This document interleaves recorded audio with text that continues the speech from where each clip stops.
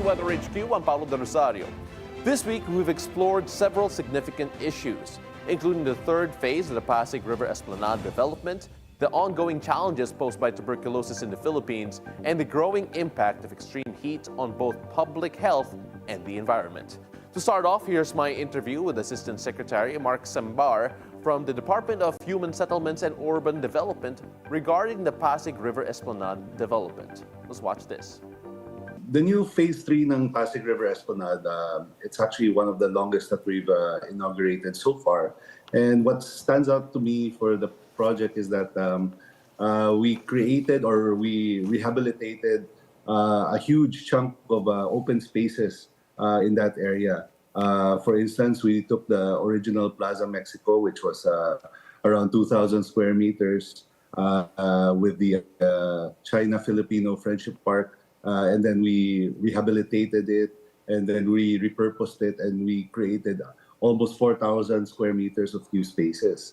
In addition to that, yung Maestranza walkway, we created a 240-meter long esplanade right beside or connected to the road lot that was part of the Maestranza, and that opened up another about 3,000 square meters of open spaces. So talagang it's one of the freer areas in and around Metro Manila, especially in Intramuros, na nabigay natin balik sa ating mga public para magamit nila ng gusto yung open spaces. Asek, it's really interesting that we mentioned open spaces numerous times already in that initial statement po. When you talk about yung open spaces, a lot of the focus is also on mga pedestrian at cyclist-friendly spaces in this particular development. Why is it that prioritize po natin yung mga pedestrian at mga cyclists in these areas? Well, that's a good comment, ano. We noticed naman kasi in Intramuros, well, especially Intramuros, that it's a very pedestrian-friendly area, area ripe with historical and heritage infrastructure, and the best way to go around Intramuros is by walking through it. And ang nagawa po namin with the Pasig River Esplanade Phase 3 was that we were able to connect all of these spaces together. Before we opened the Phase 3, Fort Santiago, for instance, was an isolated parang tourist destination. So ang ibig po sabihin na yun is that when you walked into Fort Santiago, it was impossible for you to go out of Fort Santiago except from the main entrance. Now, because of the rehabilitation through the Pasig River Urban Development, we were able to open the walkway that they had existing before, clean it up, rehabilitate it, and then connect it to the existing esplanade.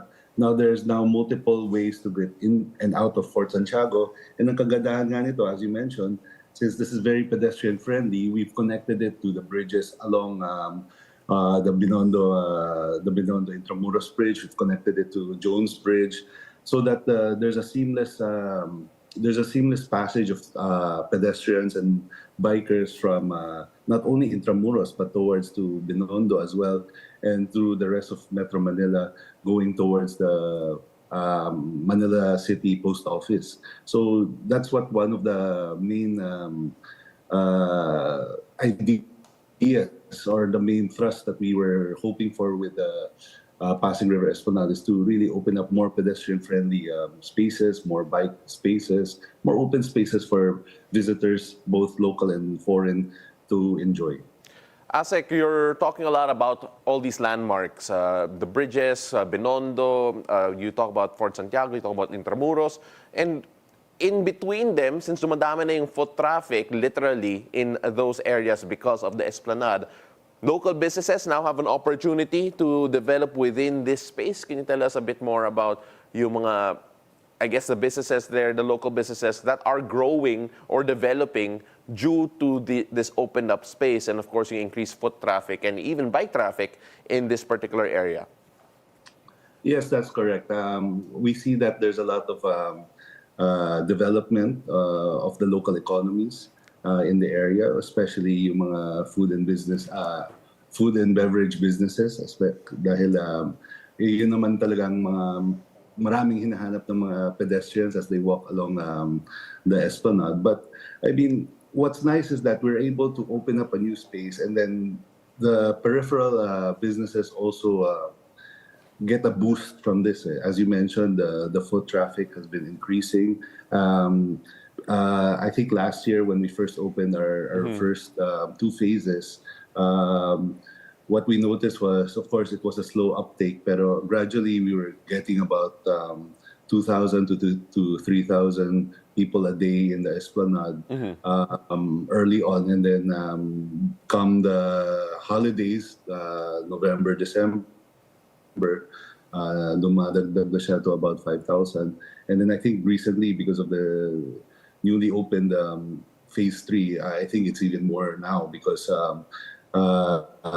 there is really now a clamor, and there's more popularity with the area. So people are really visiting, and of course, when people visit, the local businesses take note as well.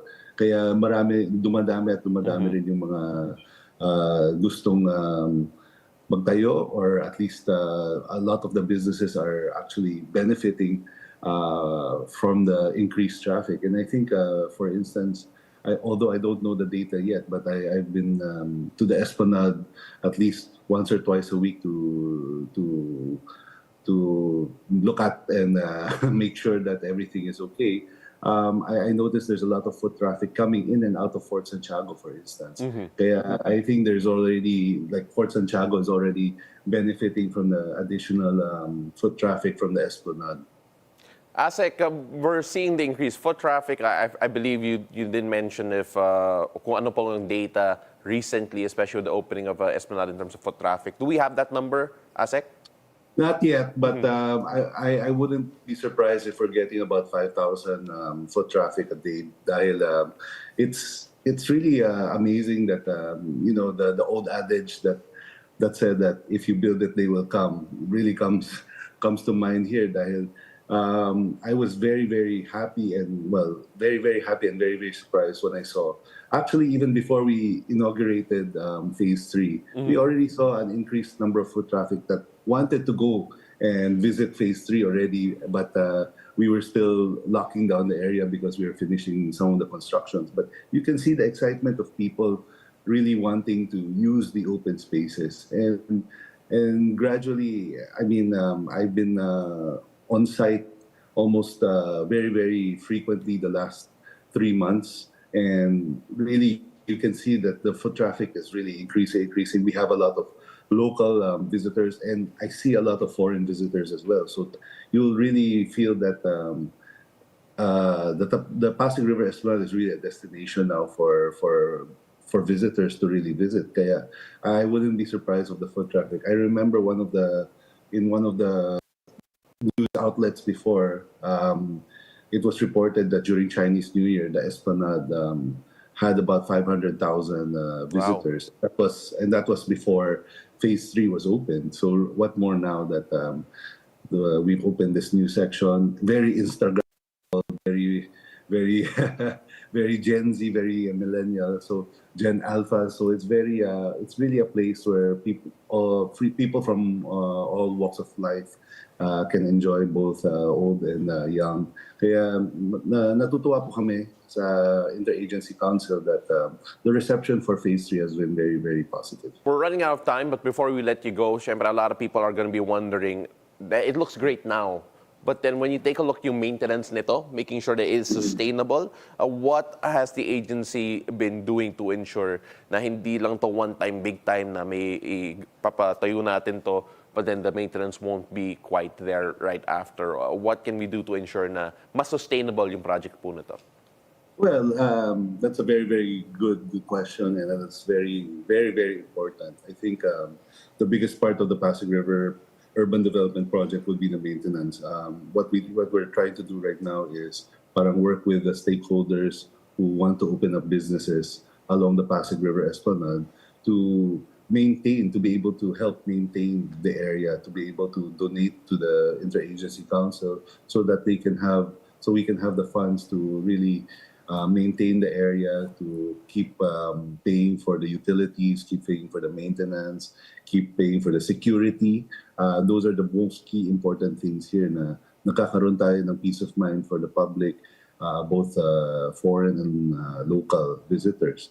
But it's also important to note that we, as visitors of Pasig River Esplanade, we should also treat this open space or these spaces parang bahay po rin natin. So we have to be able to take care of these places and follow the rules of these places. Hindi lang po tayo basta-basta po punta doon, nagkakalat po tayo. Dapat marunong rin po tayong mag-alaga ng ating sariling bahay. And we should treat the Pasig River Esplanade like our own house. So it's really a partnership between what we do in government and of course the private sector na dapat tulungan tayo to maintain and to be able to take care of these beautiful spaces that we have right now. When we return, we'll take a closer look at the difficulties in diagnosing and treating tuberculosis, the alarming rise of drug-resistant strains, and the crucial steps needed to improve public awareness and healthcare responses. Stay with us. Weather HQ will be right back. In the homes of different indigenous Filipinos, we see responses to the environment they live in. And these environments are not always the kindest or the most nurturing. And yet, Filipinos have survived, thrived even. We cannot look at these traditional homes without actually acknowledging the wisdom behind every design. Humble yet resilient proof of Dayao. Our knowledge, our pride.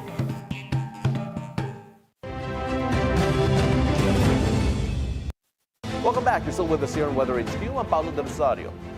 Tackling tuberculosis in the Philippines requires a comprehensive strategy that goes beyond treatment. Early detection, enhanced treatment protocols, increased public awareness, and addressing the underlying social factors that drive the spread of TB are all critical elements of the solution.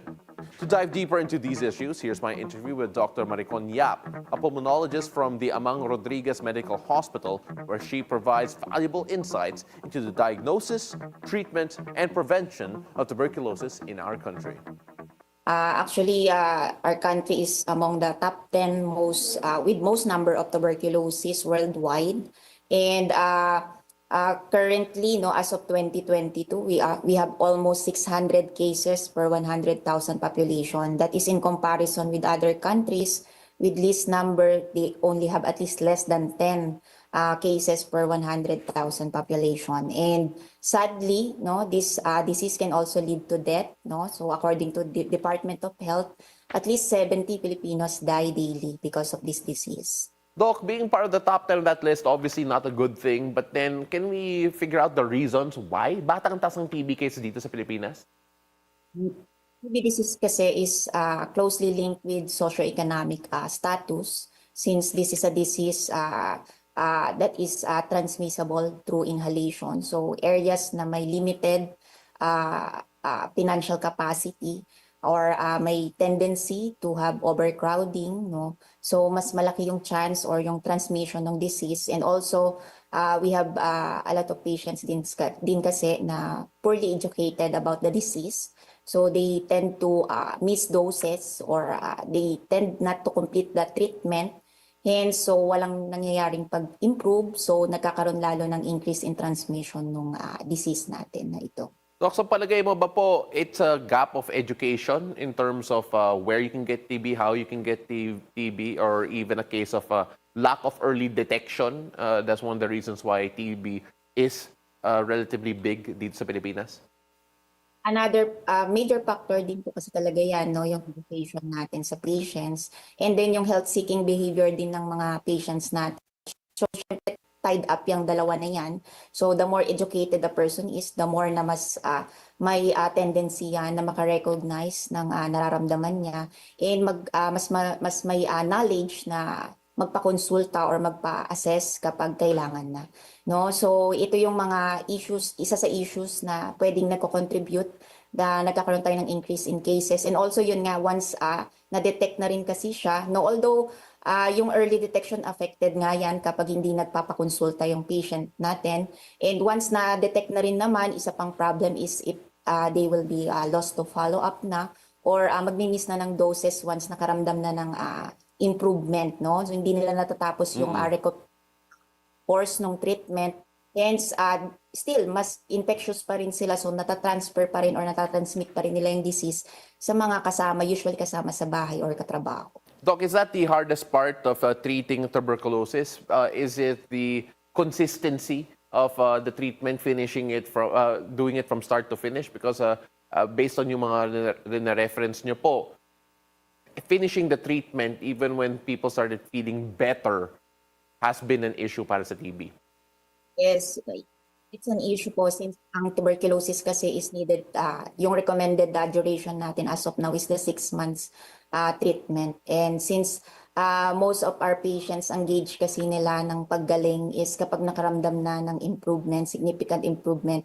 And sa TB kasi since napaka-highly effective naman ng ginagamit nating treatment for tuberculosis, just a few weeks kasi magkakaramdam ka na talaga ng significant na difference. So na talaga ng significant na improvement. So ito yung isang nagiging reason kaya nagkakaroon tayo ng mga lost to follow-up na patients. Although may mga steps naman yung program ng national government to address yung mga ganitong issues, no, to lessen yung mga ganyang numbers of patient na nagkakaroon ng interruption to treatment. You mentioned na malakas naman yung, the drugs being used to treat tuberculosis, but then there is now a certain strain, drug-resistant tuberculosis that we're hearing more and more of. Unang-una po, what is the drug-resistant tuberculosis and just how resistant is that to conventional treatment that we're actually using today? Yan po, no, yung conventional treatment natin, the first line kasi is actually the safest and effective way to treat TB. However, yun nga, the most common reason pa rin para mag-develop tayo ng resistance is kapag nagkakaroon ng interruption to treatment, meaning able to completely clear yung mikrobyo na nag-cause ng tuberculosis. Hence, nagkakaroon na siya ng capacity to resist yung mga yung first line of drug. And kapag yan ay nangyari, we need to shift do sa mga second line na actually mas longer yung duration. So mas mahirap for the patient to complete yan lalo. And at the same time, mas mataas or mas marami siyang mga possible din na complication. That's why we want talaga na yung patient natin is to be treated adequately no sa first line, no, to lessen din yung increase ng numbers natin sa drug-resistant TB. Doc, I want to focus now on climate change because very environmental based on tuberculosis in the sense that the amount of people you're around, the air quality, and even the temperature in the air, it feels like we're entering a point wherein ramdam na ramdam talaga natin yung effects of climate change. Would you say that climate change has affected the way that tuberculosis has started to spread, considering umiiba na yung mga habits ng tao in terms of trying to seek cooler areas, in closer environments with more people, or even the way that we react to yung heat natin dito? So, no, una, yung in terms of temperature naman, no, kapag higher humidity, pwede talagang mag-increase kasi yung survival ng mikrobyo na nagkukos ng tuberculosis. So, mas increase yung chance nga ng transmission. Pag low humidity, pwede pa rin naman, no, kasi mas dry yung air. So mas nasususpend yung mikrobyo, no, sa hangin. So mas malaki pa rin yung may chance pa rin na matransmit. And actually kung dahil nga din dito sa atin, no, sa Pilipinas, primarily ang isang impact sa atin kasi sobrang init din, no. So mas may tendency yung mga tao na sama-sama sa isang area, sa enclosed area, poorly ventilated, air-conditioned na room. So yan, it can increase yung transmission ng tuberculosis. Pero primarily talaga the reason pa rin is the socio-economic impact ng climate change. For example, ng mga previous years, di ba, nakaranas tayo ng mas maraming typhoons and mas severe compared sa mga previous years. So pag nagkakaroon kasi ng ganito, nagkakaroon tayo ng displacement ng mga tao. So magkakaroon tayo ng relocation, and the more na maraming affected na tao, the more na magkakaroon tayo ng overcrowding. So again, it will increase yung chance ng transmission. And at the same time, yung mga taong affected nitong climate change na to, usually kasi sila na yung medyo financially depleted.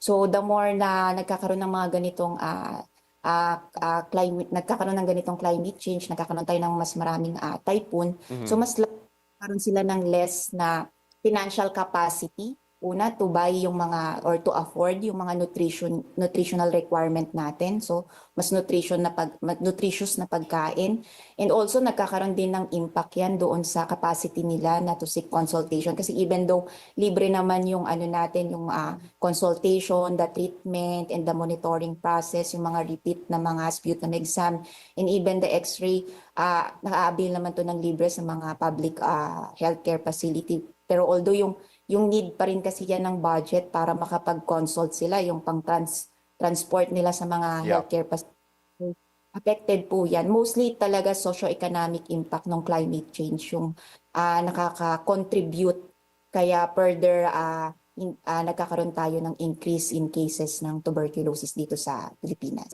Next, we'll bring you highlights from our interview with Miss Ana Lisa Solis from Pag-asa, where she shares with us the growing effects of heat on both the public and the environment. Stay tuned. Weather HQ will be right back.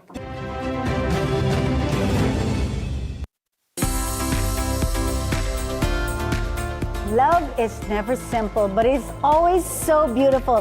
It can be so crazy, but worth talking about. And it's nice that I met a couple that can both work and play at the same time, and still they're not lost in their individual personalities. So this is Love on Top on Bilyonaryo News Channel every Saturday at 8 p.m. Join us as we explore love in all its forms.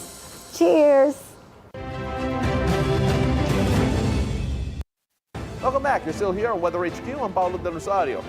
As climate change continues to fuel more frequent and intense heat waves, the repercussions for public health, agriculture, the economy, and the environment are becoming impossible to ignore. To gain a deeper understanding of these challenges, let's take a look at this insightful interview.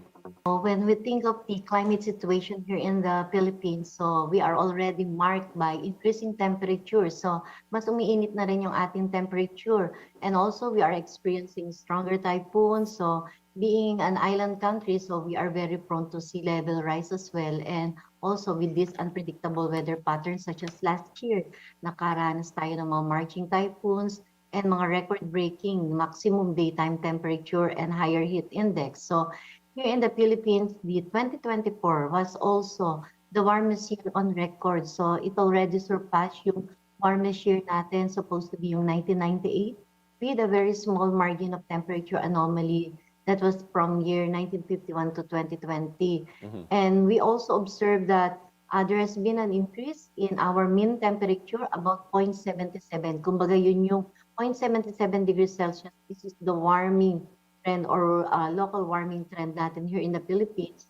And there has been an increase in annual maximum temperature of around 4.41 degrees centigrade. But ang alarming dito is an increase of about 1.27 degrees centigrade increase in our minimum temperature. So ibig sabihin, mas nagiging warmer yung ating mga nights sa ngayon. And if we are referring to a specific event that we for us in BOST Pag-asa, it will be harder to monitor and adapt with these climate impacts due to these several key challenges. For example, nagkakaroon tayo ng more frequent and intense extreme weather events. So in 2013, we experienced stronger typhoons and prolonged droughts, such as last year. So it could strain our disaster response system, and it makes us difficult to predict and prepare for those climate-related risks. And also, nakaranas din tayo ng mga rapidly intensifying typhoons. So ito yung mga sharp and sudden increase in wind speed ng ating mga tropical cyclone in a shorter period. So it would take us less time to warn the public and also less time to prepare yung ating mga communities, and this could lead to higher casualties and destruction. So yun yung mga nakikita natin. And also with the rising sea levels, coastal erosion, so nagkakaroon naman tayo ng mga environmental degradation that could face significant threats and could endanger our fisheries, communities, and also the agriculture sector. So those are some of the challenges that we could face right now. And in terms of adaptation, so mataas din yung challenges natin dito. We need to build more resilient infrastructure So yung mga sustainable agriculture and also yung proper implementation of disaster preparedness measure. So, and it could entail financial and technical and political hurdles. So, napakaraming challenges. Kumbaga, multiply effect na ito. Ms. Ana, one of the other things that we have been talking about recently is yung mga heat indices. They have been reaching alarming levels as of late, even here in the first quarter of the year. Let's take a look first at yung mga heat waves po. We mentioned in the past na dumadami na yung mga typhoons on average compared to years ago. But in terms of the heat wave occurrences in the Philippines, dumadami po ba? And of course, how intense is it compared to what we have experienced in the past in terms of the data that we have?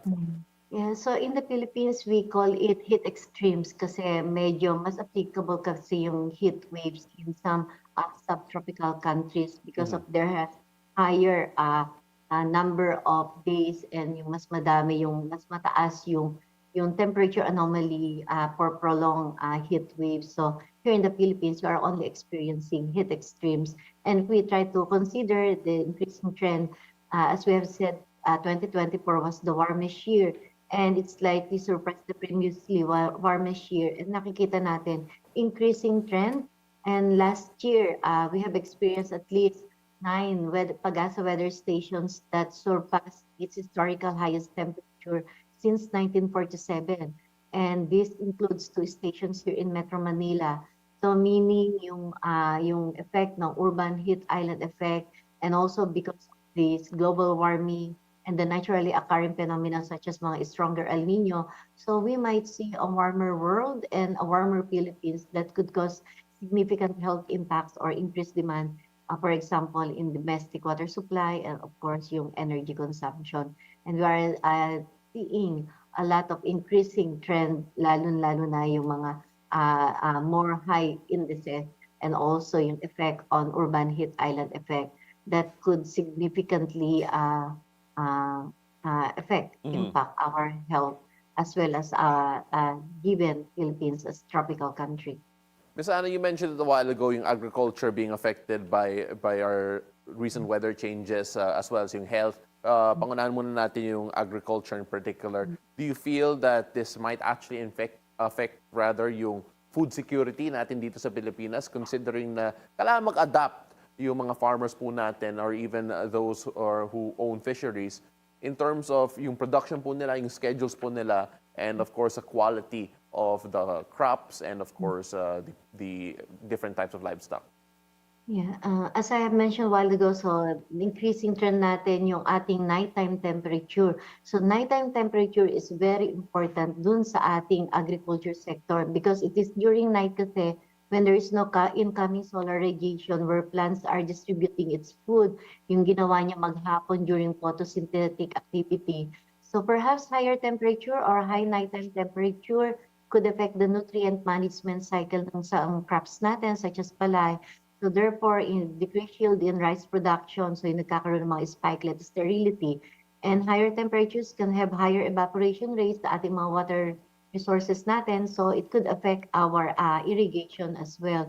And if we are trying to assess the impacts on water resources, agriculture, and food security, when it comes to heat index din naman, it still affect on humans. So I mean, increased demand for potable water dahil mas nauuhaw tayo. So yung ating mga farmers natin and fisher folks, mas higher risk sila dun sa heat stroke pag maghapong nagtatanim. And also, it could threaten our food security as we have said dahil magkakaroon ng mga stress dun sa mga crops natin. Yeah. And this could reduce yields, especially for heat-sensitive crops like rice and vegetable. And also, yung extreme heat could also shorten the growing period ng crops. So, it could lead to lower quality production and, syempre, higher food prices. So, yung purchasing power ng tao ay mas malilimit natin.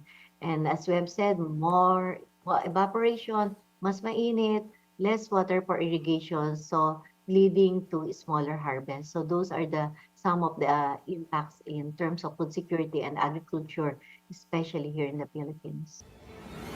And that's a wrap for this week's Weather HQ. Be sure to join us again next week right here on BNC, the Bilyonaryo News Channel. I'm Paolo del Rosario. Have a great weekend.